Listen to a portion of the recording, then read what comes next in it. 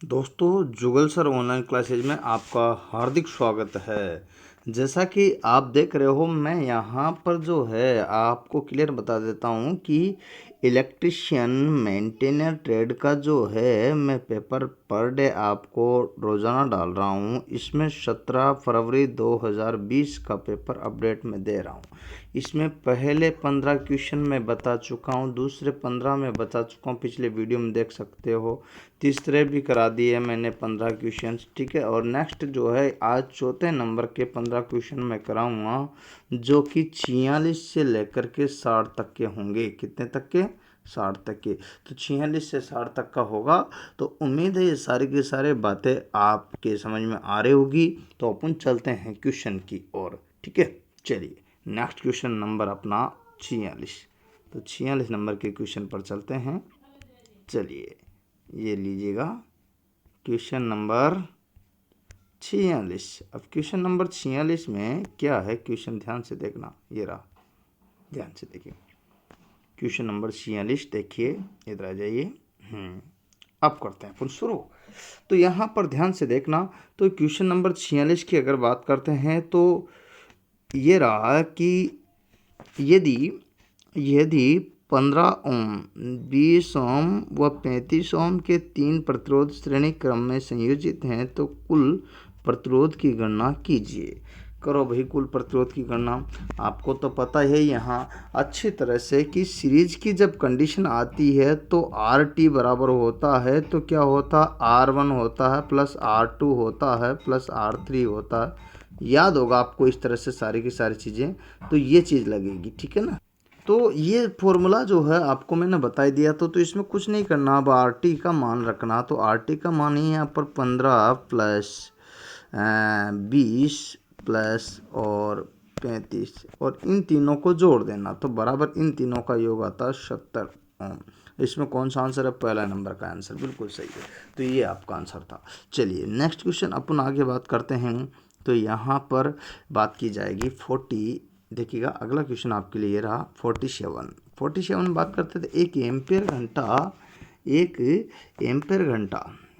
Ampere घंटा इनमें से किसके बराबर होता है? तो ठीक है, आपको पता होगा कि यहाँ I बराबर Q बटे T होता है, ठीक है।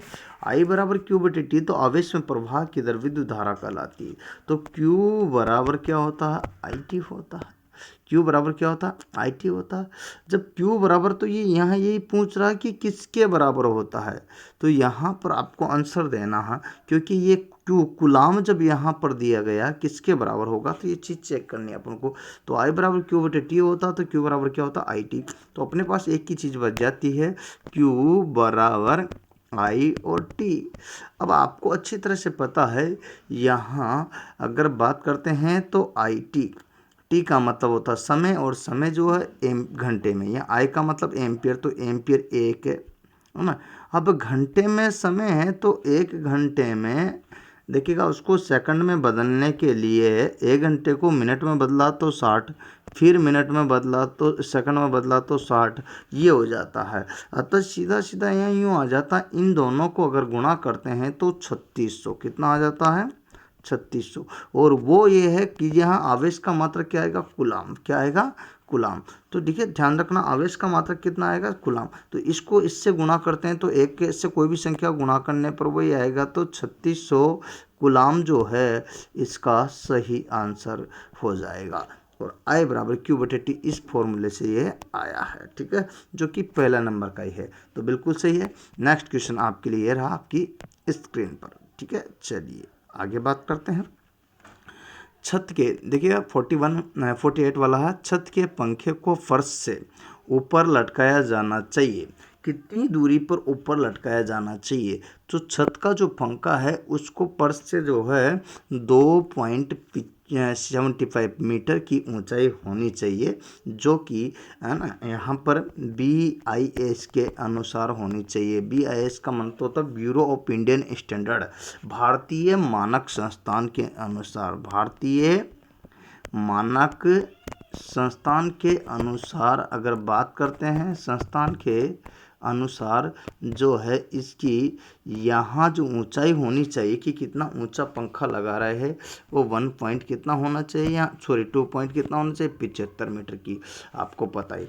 और ये क्वेश्चन यूँ भी पूछा जाता है कि एक पंखा जो होता है उस पंखे का जो साइज लिया जाता है वो कहाँ से ले सकते हैं, तो पंखुड़ियों के द्वारा जो डायमीटर बनाया जाता ना, इससे पंखे का क्या लेते हैं, साइज लेते हैं। तो छत के पंखे का इससे साइज लिया जाता है। तो ये भी क्वेश्चन पूछा जा सकता है, ठीक है। चलिए नेक्स्ट क्वेश्चन आपको यहाँ पर और बताना चाहता हूँ मैं, तो लीजिएगा 49 है ना। लघु पतित मतलब शॉर्ट सर्किट परिपथ में, किसमें, शॉर्ट सर्किट परिपथ में, लघु पतित परिपथ में प्रतिरोध का मान, किसका मान, आर का मान, किसका मान, प्रतिरोध का मान कितना होता है। तो रेजिस्टेंस का मान पूछा गया है यहाँ पर शॉर्ट सर्किट में। याद रखना आपको कि शॉर्ट सर्किट की अगर जिक्र करता है, किसकी बात करता है, शॉर्ट सर्किट की ही बात करता है। लघु पतित का मतलब होता है शॉर्ट सर्किट, क्या होता है, शॉर्ट सर्किट, है ना, यहाँ इसको बोलते हैं।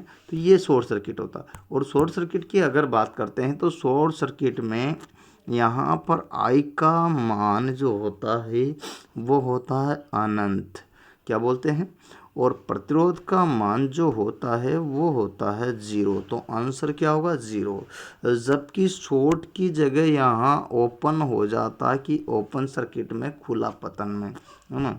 ओपन सर्किट में अगर आपसे पूछता तो यहाँ पर ध्यान देने की बात है, ओपन सर्किट में अगर आपसे पूछता तो आपको बताना था आई का मान जो हो जाता है वो अनंत हो जाता है, जबकि नहीं, आई का मान जो होगा यहाँ उल्टा हो जाता है, ठीक है।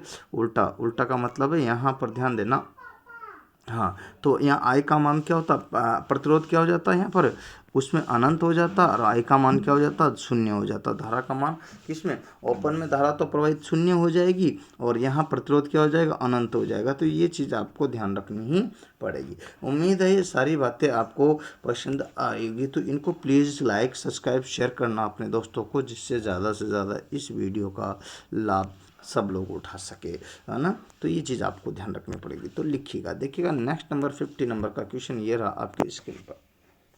यहाँ एक क्वेश्चन है आपके सामने कि 5s, क्या है 5s अवधारणा में 5s का दूसरा जो चरण है, दूसरा चरण है उसका क्या तात्पर्य है। तो दूसरा चरण है तो उसको अपन को देखना है कि दूसरे चरण का मतलब क्या है। 5s में दूसरा जो चरण है 50 नंबर का क्वेश्चन में, तो दूसरे चरण का क्या मतलब है, इसको अपन को देखना होगा। तो दूसरा चरण क्या कहलाता है, तो इस चीज़ को अपन को ध्यान देना है।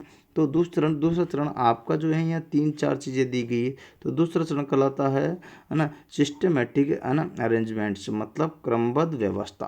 क्या कहलाती है, क्रमबद्ध व्यवस्था। सिस्टमेटिक अरेंजमेंट का मतलब होता है क्रमबद्ध व्यवस्था, जिसका अपन यहाँ जिक्र कर रहे हैं। जैसे क्रमबद्ध व्यवस्था को अगर अपनी यहाँ बात करते हैं तो ये कंडीशन आप समझ सकते हो, इसको बोलते हैं सिस्टमेटिक व्यवस्था। तो पहला कौन सा, यहाँ 5 एस बनाए गए, कितने, 5 एस। तो 5 एस में जैसे पहला, तो पहला कौन सा आएगा इसमें, तो पहला मैं आपको बताता हूँ। तो ये फर्स्ट कंडीशन है, मैं आपको मानक देता हूँ, है ना, सॉर्टिंग आउट मतलब छटाई करना पहला। अब आपसे कही दूसरा कौन सा, तो दूसरा है आपका क्रमबद्ध अरेंजमेंट, मतलब सिस्टमेटिक क्रमबद्ध व्यवस्था। अब तीसरा आपसे पूछे कि कौन सा है, तो यहाँ पर साइन का मतलब चमकना चाहिए। तो यहाँ पर बात करते हैं, तीसरा आपका आता है यहाँ पर कौन सा आता है, साइनिंग का मतलब होता है, यहाँ आप देख सकते हो तीसरा अगर बात करते हैं तो चमकना या साइन कहलाता है। अब इसके लिए जो कंडीशन है, इसके बाद आता है यहाँ पर मानकीकरण आपका चौथा आ जाता है। अब आपके पास बचा कौन सा है, 2 चीज़ें बच गई है, क्या बच गई। अब इसमें साइन आपका दिया नहीं है, मैं आपको लिख देता हूँ तीसरा, जिससे कि आपको असुविधा ना हो, है ना। यहाँ पर तो 4 ही है ना ऑप्शन, साइन, इसलिए मेरे को लिखना पड़ेगा चमकना, है ना, चमकना, ठीक है। ये तीसरा था। चौथा मैंने बता दिया मानकीकरण, और 5वां है कायम रखना। क्या रखना है, 5वां है कायम रखना को बोलते हैं सस्टेन, ठीक है। कायम रखना मतलब इस चीज़ को कायम रखा जाए, कायम रखना ये होती है। तो आपको तो आंसर देना था कि दूसरा चरण, तो दूसरा चरण आपको यहाँ पर ये रहा क्रमबद्ध व्यवस्था। तीसरा चरण पूछता, तीसरा में ये बताते साइन चमकना। चौथा पूछते तो चौथे में आपको ये बता देता मानकीकरण। पाँचवें पूछे तो पाँचवें में कायम रखना बताते थे, है ना। और पहले में पूछे तो पहले में छठाई बता देते। वो डिपेंड कंडीशन है आपको कि किस तरह से क्वेश्चन आता है। तो ये है 5S का, जो एक जापानी प्रणाली भी है जो इंडिया में भी लागू है पूरे में, लेकिन जापान के अनुसार ना पूछ करके इंडिया के अनुसार ही पूछा गया ये, ठीक है। नेक्स्ट क्वेश्चन ये रहा 51 नंबर का आपका, आपकी स्क्रीन पर। चलिए देखिएगा ये क्वेश्चन क्या कहता है। 51 नंबर का क्वेश्चन कि यहाँ एक क्वेश्चन दिया गया है। क्वेश्चन ये है कि प्रत्यावर्तक क्षेत्र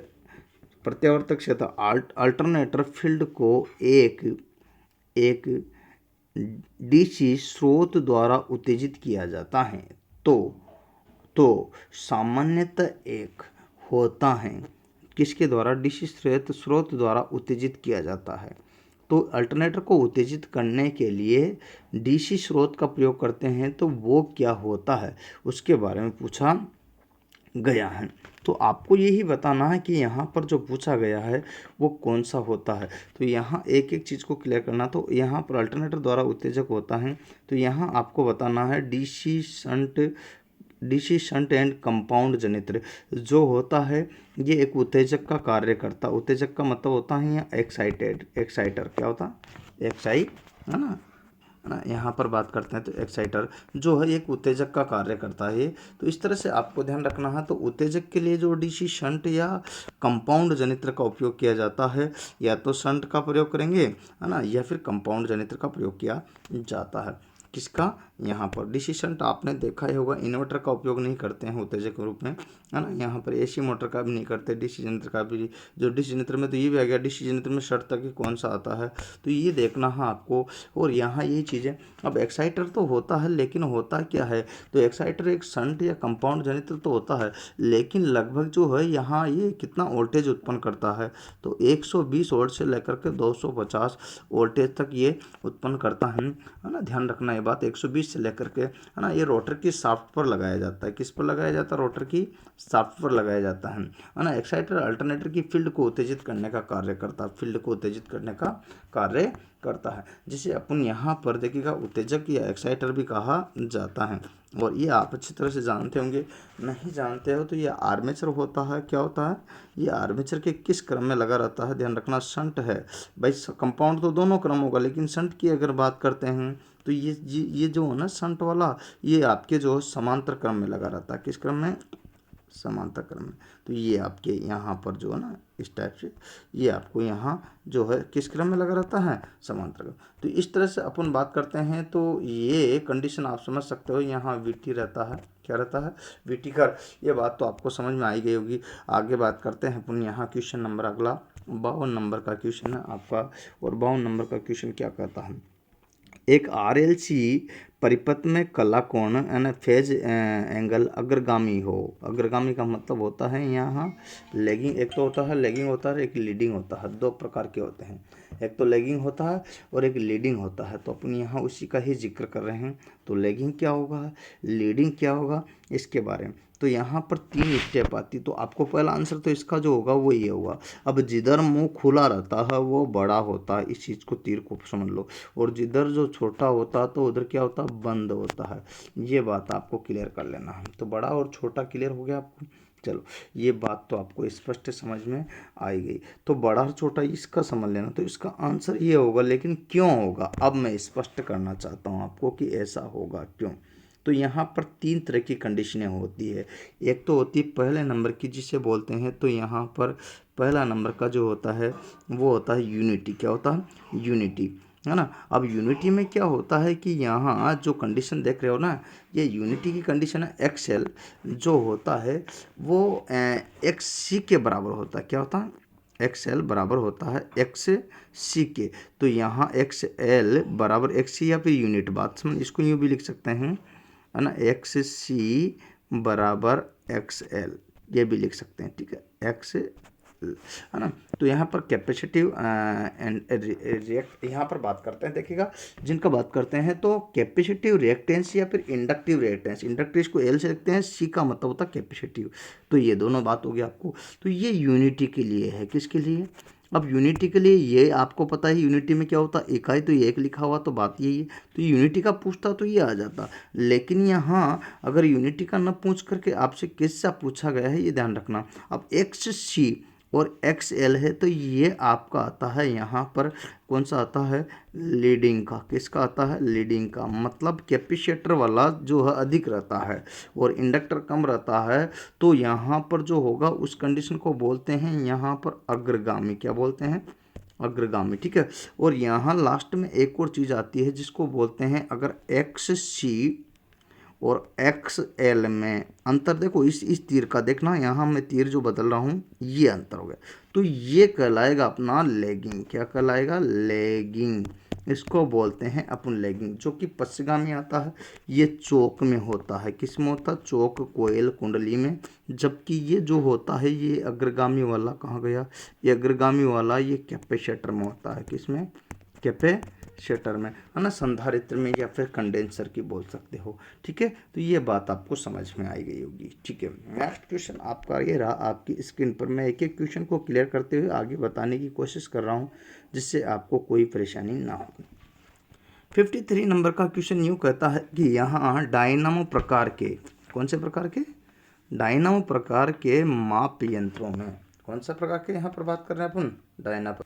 तो ये रहा आपकी क्वेश्चन कंडीशन क्या। अब देखोगे इस डायनामो प्रकार के यंत्र का अपन जिक्र करें, तो डायनामो प्रकार के यंत्र का अगर अपन देखते हैं, तो डायनामो प्रकार के मापक यंत्रों में, है ना, डायनामो टाइप इंस्ट्रूमेंट्स का उपयोग इनमें से किसके रूप में किया जाता है, तो किस रूप में किया जाता है, इसको अपन को देखना हम। तो आपको बताना है, यहाँ डायनामो का जो बात आता है तो वाट मीटर के रूप में करते हैं। किसकी, फ्रीक्वेंसी में, ऊर्जा मीटर में, मेगर में इसका उपयोग नहीं किया जाता है। पर यहाँ डायनामोमीटर और वाट मीटर के रूप में तो किया जाता है। लेकिन अगर बात करते हैं तो डायनामोमीटर का उपयोग कहाँ करते हैं, तो एक याद रखना कि डायनामोमीटर आ जाए तो इसका उपयोग करते हैं एसी माप सकते हैं और डीसी, दोनों प्रकार की सप्लाई को मापा जा सकता है। वाट मीटर का दोनों प्रकार की शक्ति को, एसी शक्ति हो या डीसी शक्ति हो, दोनों प्रकार की शक्ति के मापन के लिए जो है डायनामोमीटर, वाट मीटर का प्रयोग किया, डायनामो प्रकार का वाट मीटर का प्रयोग किया जाता है। याद रखना है ये बात, अच्छा भूल मत जाना इस चीज़ को, ओके। तो एसी के लिए भी दो, डीसी के लिए भी, ठीक है। नेक्स्ट क्वेश्चन आपके सामने ये रहा आपकी स्क्रीन पर। अगला क्वेश्चन है यहाँ देखिएगा, यहाँ यदि किसी 54, यदि किसी परमाणु में प्रोटॉनों की संख्या 39 है, 39 है, तो इलेक्ट्रॉनों की संख्या कितनी होगी, तो इलेक्ट्रॉनों की संख्या कितनी होगी। तो याद रखना है, यहाँ प्रोटॉनों की जितनी संख्या होती ही उतनी ही प्रोटॉनों की बराबर इलेक्ट्रॉनों की संख्या क्या होती है, सेम पाई जाती है। जब यहाँ प्रोटॉनों की संख्या 39 बता रहा, तो इलेक्ट्रॉनों की संख्या भी 39 होगी, तो आंसर 39 ये रहा, बिल्कुल सही है, इसमें कोई दिक्कत नहीं है। आगे बात करते हैं क्वेश्चन में यहाँ पर, तो यहाँ ध्यान दीजिएगा, ये इधर देखो 54 पे, अगर 54 बातें हैं, चल लोह प्रकार के, चल लोह प्रकार के एमीटर में कुंडली में प्रवाहित होती हैं, चल लोह प्रकार के एमीटर में कुंडली में प्रवाहित होती हैं। तो याद रखना, यहाँ मोटे तार और कम फेरों की संख्या होती है।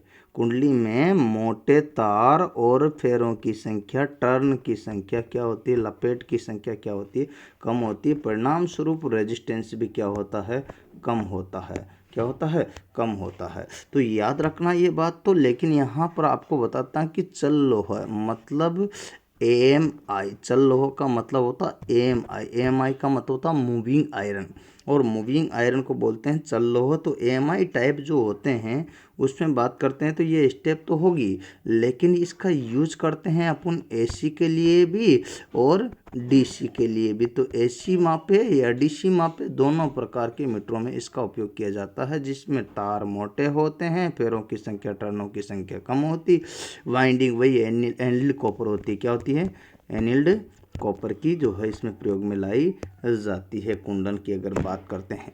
तो ये याद रखने की बात है। और अगर यही बात करते हैं तो आदर्श अगर आ जाता है, आदर्श की बात पूछते हैं तो आदर्श एमीटर का प्रतिरोध क्या होता है, शून्य होता है। क्या होता है, आदर्श एमीटर का प्रतिरोध क्या होता है, शून्य होता है। ठीक है ना। और वोल्ट मीटर की बात करते हैं तो वो क्या होगा, अनंत होगा। आदर्श वोल्ट मीटर की बात करते हैं तो अनंत हो जाएगा। ठीक है, चलिए यहाँ पर बात करते हैं अपन आगे। अगला क्वेश्चन ये रहा आपकी स्क्रीन पर, 56 नंबर का क्वेश्चन है, लेड एसिड। 56 क्वेश्चन का नंबर का, लेड एसिड बैटरी में सल्फेशन का क्या कारण होता है। सल्फेशन का मतलब होता है गंधकत्व। क्या होता है, गंधकत्व। सल्फेशन का मतलब होता है गंधकत्व। गंधकत्व का क्या कारण है, सल्फेशन का मतलब होता है गंधकत्व। गंधकत्व का क्या कारण है। अब गंधकत्व कैसे होता है, तो ये चीज़ है। तो यहाँ पर तो सल्फेशन ही वर्ड दिया गया। तो अपूर्ण आवेशन, अगर पूर्ण रूप से आवेशन नहीं, इनकम्प्लीट चार्ज है, वो चार्जिंग नहीं हो रही है, तो इसको बोलते हैं सल्फेशन। सल्फेशन का मतलब गंधकत्व होता है। और इसमें क्या होता है, यहाँ पर जो सल्फेशन दोष है, ये क्या होता है कि यहाँ बैटरी को लगभग 1 सप्ताह तक, कितने तक, 1 सप्ताह तक, है ना, सप्ताह तक, है ना, सप्ताह तक चार्ज या डिस्चार्ज, या डिस्चार्ज नहीं किया जाए तो परिणाम स्वरूप उसमें सल्फेशन नामक दोष उत्पन्न हो जाता है। तो यहाँ पर देखिएगा, बात करते हैं तो परिणाम स्वरूप सल्फेशन दोष हो जाता है। अब जब सल्फेशन दोष हो जाता तो इसमें लेड एसिड जो होता है वो क्या, बैटरी का लेड एसिड जो होता है वो क्या हो जाता है, ठोस हो जाता है, परिणाम स्वरूप कड़ा हो जाता है। और इसको ही तो सल्फेशन दोष कहते हैं। क्या कहते हैं, सल्फेशन दोष कहते हैं। तो बात समझ गए होंगे आप, तो सल्फेशन दोष क्या होता है, इस चीज़ को यहाँ मैं बात समझ चुका हूँ, आप भी क्लियर स्पष्ट हो गया होगा। नेक्स्ट क्वेश्चन ये रहा आपकी स्क्रीन पर। देखिएगा, यहाँ बात करते हैं तो ये है आपका क्वेश्चन, क्या कहता है कि एक अत्यधिक उच्च वोल्टता केबल में हाई टेंशन वोल्टता केबल की रेंज क्या होती है।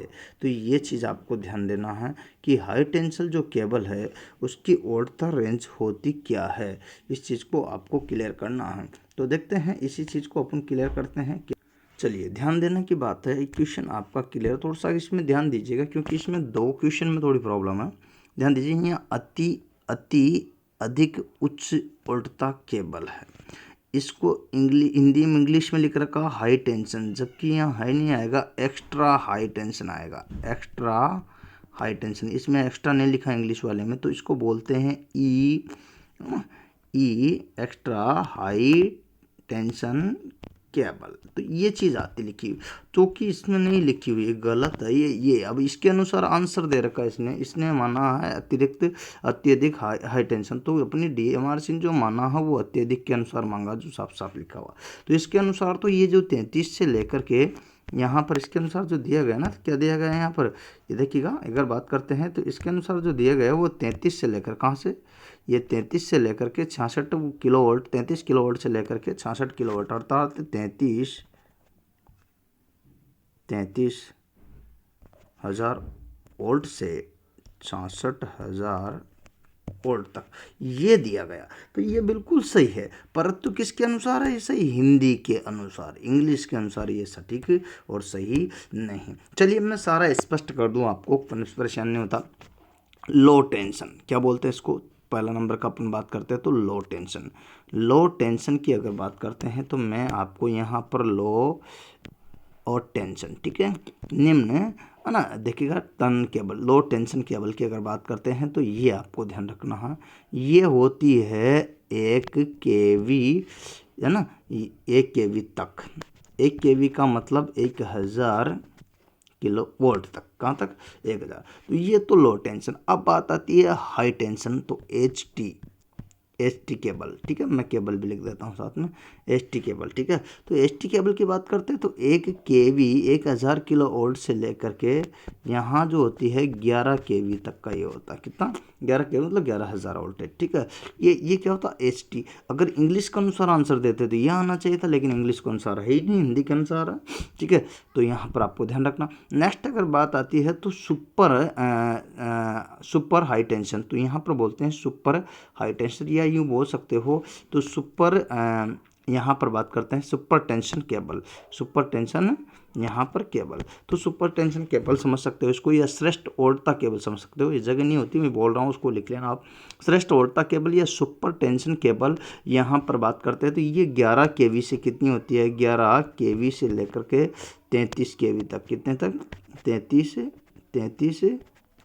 kV तक, के और वी तक, 33 kV तक। ये एक्स्ट्रा यहाँ पर बात है श्रेष्ठ वोल्टता बोल सकते हो, या फिर यहाँ पर बोल सकते हो यहाँ पर, है ना, सुपर वोल्टेज, ठीक है ना, या फिर बोलते हैं सुपर टेंशन, ठीक है। यहाँ पर तीनों में से कोई। अब एक चीज़ हो रही है यहाँ पर, मैंने बता दी। इसके बाद आता है एक्स्ट्रा हाई वोल्टेज केबल, ठीक है। एक्स्ट्रा हाई वोल्टेज केबल की अगर बात करते तो ये होता है 33 से लेकर के यहाँ पर 66 kV तक, जो कि यहाँ लिखा हुआ है साफ साफ, ठीक है। अगर बात करते हैं, अब एक्स्ट्रा हाई वोल्टेज का तो पूछ ही लिया था, इसमें टेंशन ले लेंगे।